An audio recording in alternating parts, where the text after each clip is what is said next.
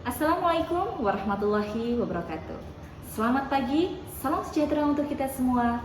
Om Swastiastu, Namo Buddhaya, salam kebajikan. Perkenalkan, saya Rizky Dihaninggar, salah satu dosen pengajar pada program studi D3 Kebidanan Poltekkes Kemenkes Mamuju dengan NIDN 40310889901. Bidang keilmuan saya adalah ilmu kebidanan.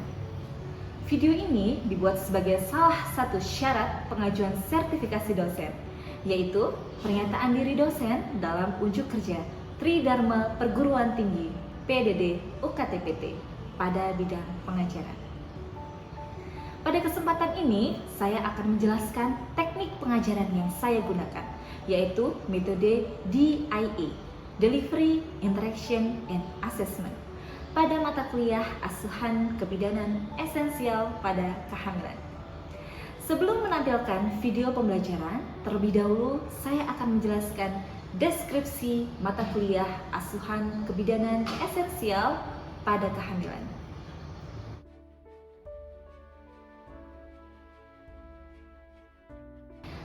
Mata kuliah asuhan kebidanan esensial pada kehamilan merupakan mata kuliah wajib bagi mahasiswa program studi D3 Kebidanan Poltekkes Kemenkes Mamuju dengan bobot 3 SKS.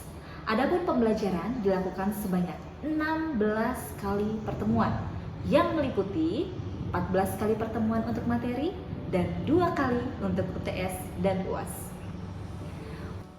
Fokus mata kuliah ini meliputi fertilisasi, plasentasi, dan perkembangan janin, konsep umum kehamilan, perubahan dan adaptasi fisiologis, serta psikologis selama masa kehamilan, faktor-faktor yang memengaruhi kehamilan, kebutuhan dasar ibu hamil, evidence-based practice dalam kehamilan, prosedur keterampilan dasar asuhan kehamilan, deteksi dini penyimpangan pada kehamilan, manajemen kebidanan, dan pendokumentasian asuhan kehamilan.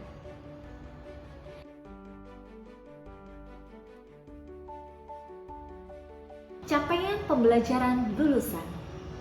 Pada akhir program, mahasiswa diharapkan mampu melakukan asuhan kebidanan esensial dan mendokumentasikannya dengan menggunakan pendekatan manajemen kebidanan pada bayi baru lahir, bayi, balita, dan anak prasekolah, masa kehamilan, masa persalinan, masa nifas dan menyusui, serta pelayanan keluarga berencana sesuai dengan standar profesi dan kode etik. Yang kedua, mahasiswa diharapkan mampu memilih berbagai metode yang relevan berdasarkan analisis data dalam asuhan kebidanan esensial, deteksi dini komplikasi atau penyimpangan, penanganan awal kegawat daruratan, dan rujukan pada maternal neonatal secara tepat sesuai standar profesi dan nilai-nilai profesionalisme. CPL yang terakhir yaitu mahasiswa diharapkan mampu menyusun laporan dari hasil kerja individu dan kelompok secara akurat, sahih, dan dapat dipertanggungjawabkan. Hasil kerja individu dan kelompok secara akurat, sahih, dan dapat dipertanggungjawabkan. Mata kuliah asuhan kebidanan esensial pada kehamilan memiliki 6 CPNK yang diturunkan dari CPL program studi. Yang pertama yaitu mahasiswa diharapkan mampu menjelaskan fertilisasi, plasentasi, dan perkembangan janin. Yang kedua, mahasiswa diharapkan mampu menjelaskan konsep umum, perubahan, dan adaptasi fisiologis maupun psikologis selama kehamilan. Yang ketiga, mahasiswa diharapkan mampu menjelaskan faktor-faktor yang memengaruhi kehamilan, kebutuhan dasar ibu hamil, serta evidence-based practice dalam kehamilan. Yang keempat, mahasiswa diharapkan mampu mengulang kembali prosedur keterampilan dasar asuhan kehamilan. Yang kelima, mahasiswa diharapkan mampu menjelaskan deteksi dini penyimpangan pada kehamilan. Dan yang terakhir yaitu mahasiswa diharapkan mampu menjelaskan manajemen kebidanan, serta pendokumentasian asuhan kehamilan. Baik, selanjutnya yaitu sub capaian pembelajaran mata kuliah yang pertama, yaitu sub CPMK 1.1. Mahasiswa mampu menjelaskan mengenai fertilisasi, plasentasi, dan perkembangan janin dengan benar. Sub CPMK 2.1. Mahasiswa mampu menjelaskan mengenai konsep umum, perubahan, dan adaptasi fisiologis serta psikologis kehamilan dengan benar. Sub CPMK 3.1. Mahasiswa mampu menjelaskan mengenai faktor yang mempengaruhi kehamilan dan kebutuhan masa hamil dengan benar. Sub CPMK 3.2. Mahasiswa mampu menjelaskan mengenai evidence-based praktik dalam kehamilan dengan benar. Sub CPMK 4.1. Mahasiswa mampu mengulang kembali mengenai pemeriksaan kehamilan dengan benar. Sub CPMK 4.2. Mahasiswa mampu menjelaskan mengenai konseling pada kehamilan dengan benar. Sub CPMK 5.1. Mahasiswa mampu menjelaskan mengenai tanda bahaya kehamilan dan penyakit yang menyertai kehamilan dengan benar.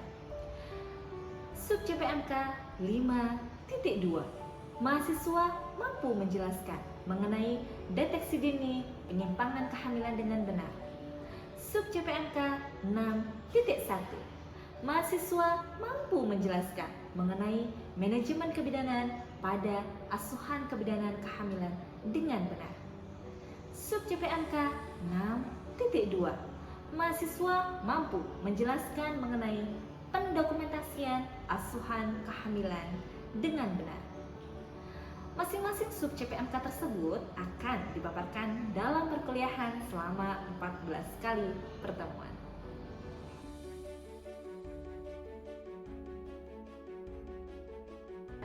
Untuk bahan kajian atau materi pembelajaran pada mata kuliah asuhan kebidanan esensial pada kehamilan meliputi yang pertama, fertilisasi, plasentasi, dan perkembangan janin.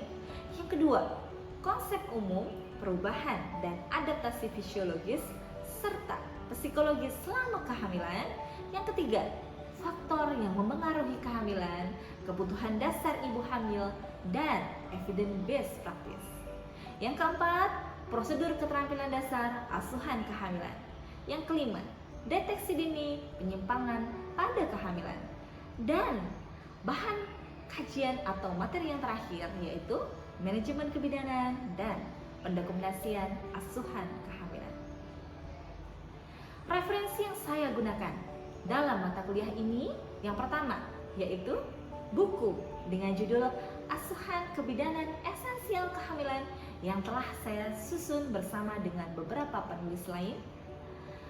Referensi yang kedua yaitu berupa modul ajar yang telah disusun bersama dengan tim teaching.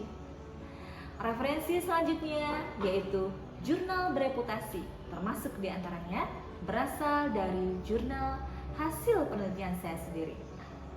Referensi yang terakhir yaitu berasal dari hasil produk penelitian saya berupa media edukasi yaitu flipbook, booklet, poster, dan juga leaflet.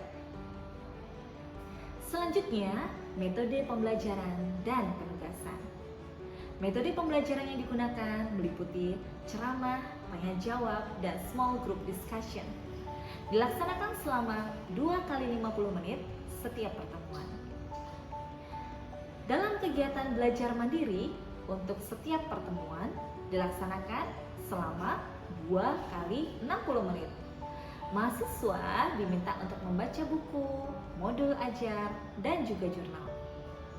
Sedangkan penugasan terstruktur dilaksanakan selama 2 kali 60 menit berupa telaah jurnal, pembuatan resume pembelajaran, pembuatan flowchart atau infografis digital. Sistem penilaian terdiri dari 4 kriteria, yaitu partisipasi kelas, kuis, tugas, ujian tengah semester, dan ujian akhir semester.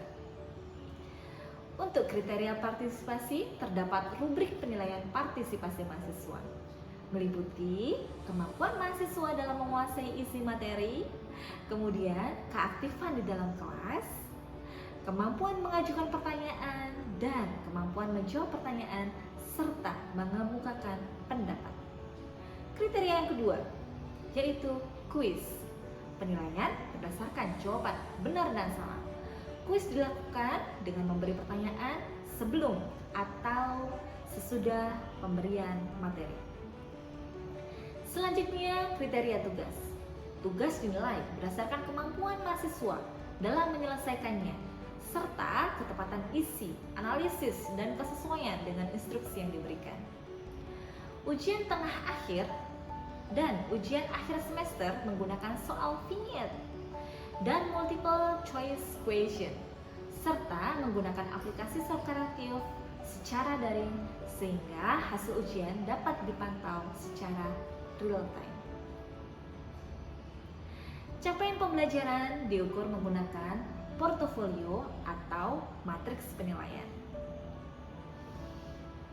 Baik, demikian penjelasan mengenai mata kuliah asuhan kebidanan esensial pada kehamilan. Selanjutnya, saya akan menampilkan video pembelajaran dengan materi deteksi dini penyimpangan pada kehamilan. Terima kasih.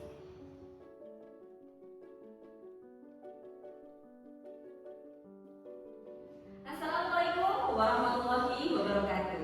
Waalaikumsalam warahmatullahi wabarakatuh. Selamat pagi adik-adik. Pagi, Bu. Bagaimana kabarnya hari ini? Alhamdulillah, Bu. Baik, alhamdulillah ya. Oke, jadi hari ini adalah pertemuan ke-13 dari mata kuliah asuhan kebidanan esensial pada kehamilan. Ya, kita akan membahas tentang deteksi dini penyakit pada kehamilan. Sebelum masuk materi, alangkah baiknya kita berdoa terlebih dahulu sesuai dengan agama dan kepercayaan masing-masing. Berdoa dimulai. Berdoa selesai. Baik, ya. Kita absen terlebih dahulu ya. Oke. Kira-kira hari ini ada yang absen? Ada semua ya. Oke, baik. Berarti hadir semua 13 orang ya? Iya, Bu. Baik, kalau gitu. Kita lanjut ke materi. Ya, jadi adik-adik di akhir program nanti, adik-adik diharapkan mampu menjelaskan deteksi dini penyimpangan pada kehamilan.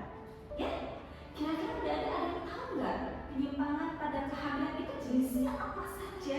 Gitu. Oke, silakan. Pelan-pelan. Mual yang berlebih, Bu. Mual yang berlebih. Oke, bagus. Silakan Caya. Hepatitis B. Oke, bagus. Anemia, Bu. Salsa? Anemia, oke. Ada yang lain? Oke. Tidak ada. Oke, silakan. Kekurangan energi. Kekurangan energi. Bagus ya. Oke, jawabannya bagus semuanya. Oke, baik, kita langsung masuk ya ke materinya.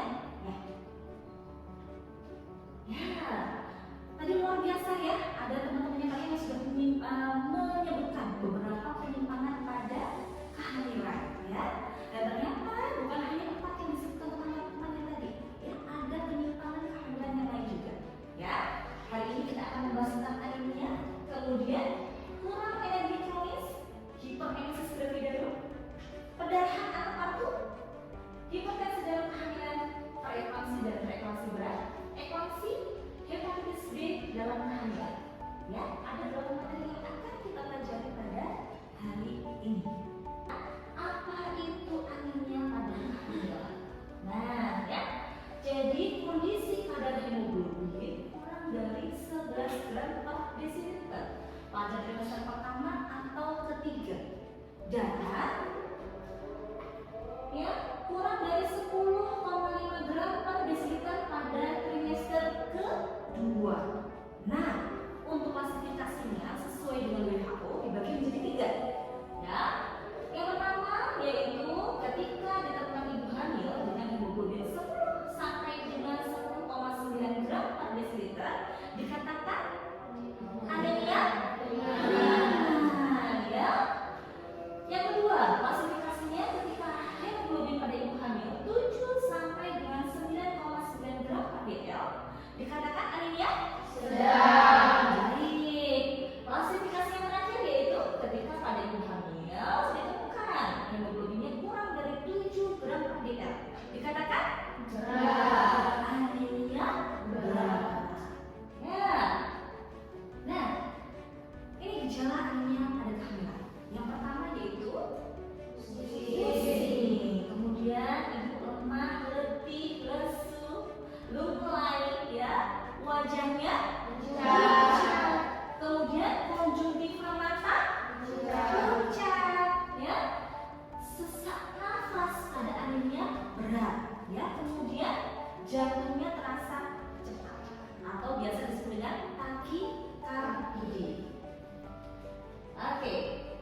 Next, kenapa sih anemia pada kehamilan ini perlu dicegah? Ternyata berdampak baik pada ibu maupun janin. Dampak pada ibu yang pertama yaitu bisa meningkatkan resiko infeksi. Kemudian bisa mengakibatkan perdarahan saat persalinan. Dan yang terakhir bisa mengakibatkan keguguran atau abortus. Sedangkan dampak pada janin yang pertama yaitu kelahiran prematur. Kelahiran prematur itu apa? Sebelum waktunya atau kurang dari 37 minggu. Kemudian dampak anemia pada janin yang kedua yaitu bisa mengakibatkan berat badan lahir rendah. Dan yang terakhir yaitu bisa mengakibatkan kematian pada janin. Bagaimana sih Bu deteksi dini anemia pada kehamilan? Ya, yang pertama adalah bisa melakukan anamnese terkait keluhan pasien. Ya, ketika ibu datang melakukan pemeriksaan kehamilan, tanyakan apa keluhannya. Ya, nah kalau misalkan ibunya mengeluh, Bu bidan, saya akhir-akhir ini merasa pusing, ya, kemudian lemah, letih, lesu, mulai, ya. Nah, ya bisa menjadi salah satu resiko terkena anemia pada kehamilan. Deteksi dini yang kedua yaitu pemeriksaan fisik. Adik-adik bisa lihat terutama konjungtiva matanya, ya pada bagian bawah ini. Kalau misalkan ibunya pucat, ya itu bisa diindikasikan terkena anemia pada kehamilan. Kemudian lihat ketika datang, ya mukanya pucat atau tidak, ya. Nah selanjutnya adalah pemeriksaan penunjang berupa hemoglobin. Yang kedua, penyimpangan kehamilan yang kedua ada yang dinamakan yaitu kurang energi kronis. Ya, apa sih kurang energi kronis pada kehamilan? Ya, kondisi ketika ibu hamil mengalami kekurangan asupan energi dan protein dalam waktu yang lama sehingga cadangan energi tubuh tidak mencukupi untuk memenuhi kebutuhan ibu dan janin selama kehamilan. Nah, pada ibu hamil yang ditandai dengan apa? Pemeriksaan lingkar lengan atas. Ya, batasnya berapa dikatakan normal? Lebih dari 23,5. Berarti kalau ibu yang menderita di bawah 23,5 cm. Ya. Nah, bisa juga ditegakkan dengan pengukuran indeks massa tubuh prakehamilan pada trimester 1, ya kurang dari 18 kg per meter kuadrat. Oke. Gejalanya itu apa saja, Dek? Yang pertama, berat badannya sulit naik, tubuhnya tampak kurus, nafsu makan menurun, yang tadi ibu sebutkan di awal, linanya kurang dari 23,5 cm, cepat lelah, wajahnya pucat dan juga pusing. Deteksi dini kurang energi kronis pada kehamilan. Apa saja? Tadi? Iya, pengukuran lingkar lengan atas. Kemudian perhitungan IMT. Kita ukur terlebih dahulu tinggi badan dan berat badan. Baik, materi selanjutnya yaitu hepatitis B. Apa itu hepatitis B pada kehamilan? Nah, ini ya, suatu penyakit hati yang disebabkan oleh virus hepatitis B, dan ini beresiko ditularkan dari ibu ke bayi. Ya, bisa menyebabkan apa kira-kira hepatitis B itu?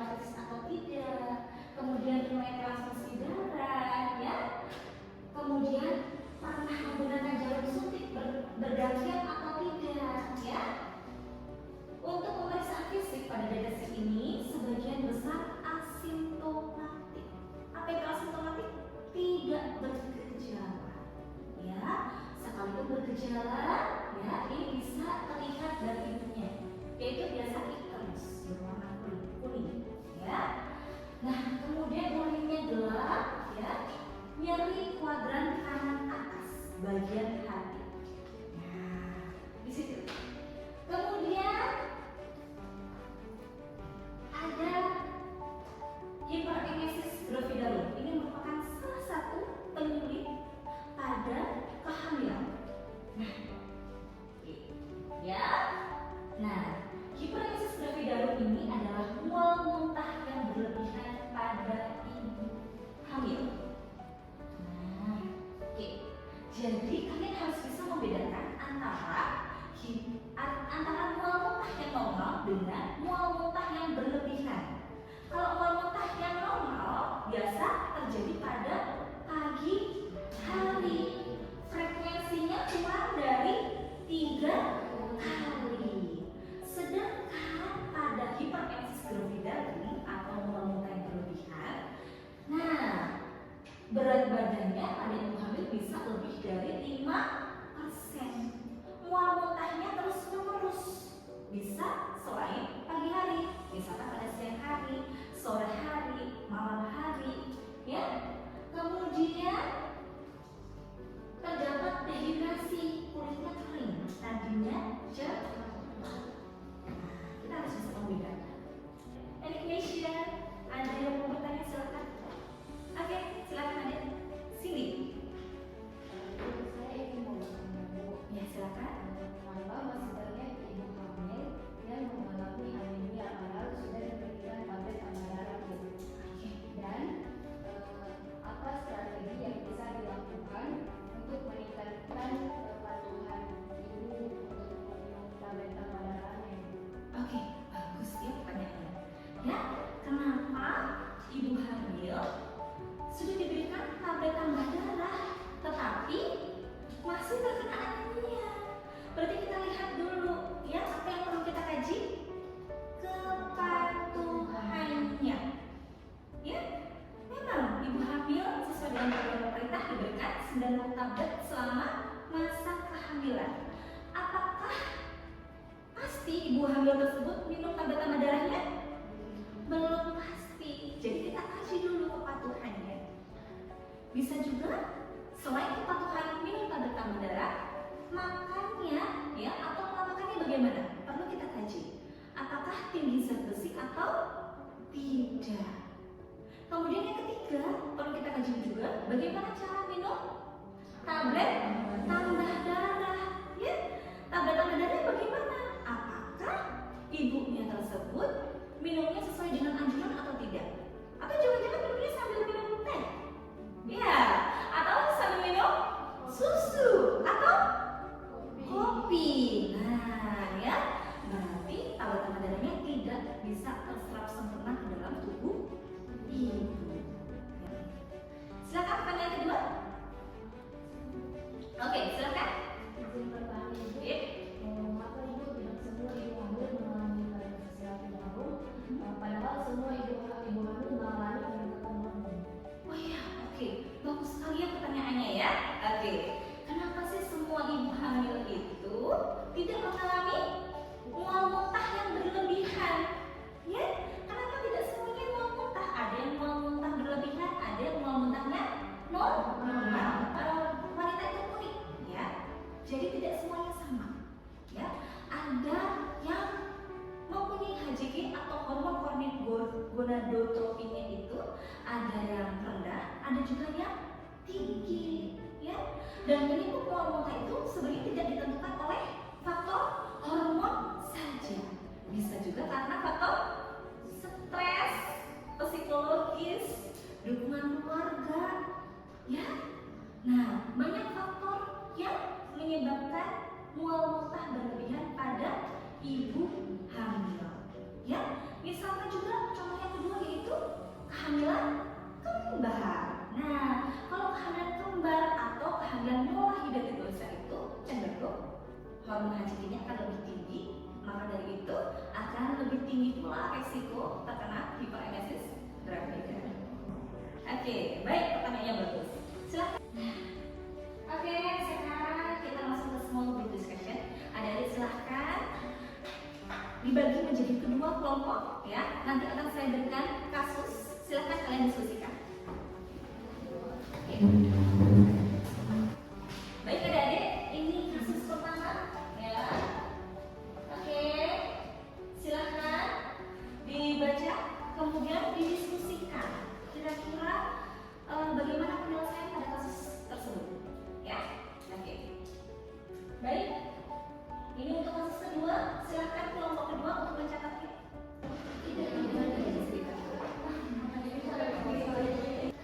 Sudah selesai adik-adik?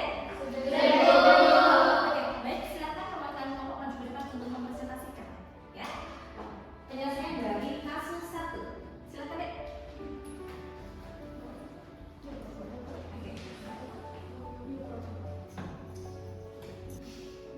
Baik, terima kasih atas kesempatan telah diberikan Ibu. Dan di sini saya akan mempresentasikan hasil diskusi kelompok 1, yaitu kasus 1. Adapun identifikasi data subjektif dan data objektif pada kasus 1, yaitu data subjektifnya itu mengeluh lemas, mudah lelah, pusing saat berdiri, sesak saat beraktivitas, nafsu makan menurun, sering lupa mengonsumsi tablet darah atau TPD. Baik Ibu, itulah hasil diskusi dari kelompok kami. Kurang lebihnya terima kasih. Assalamualaikum warahmatullahi wabarakatuh. Waalaikumsalam warahmatullahi wabarakatuh. Aplaus ya untuk kelompok 1. Baik, hari ini kita akhiri ya pertemuan kita, pertemuan ke-13 kita. Jadi tugasan hari ini saya akan berikan tugas berupa resume materi yang sudah kalian dapat hari ini.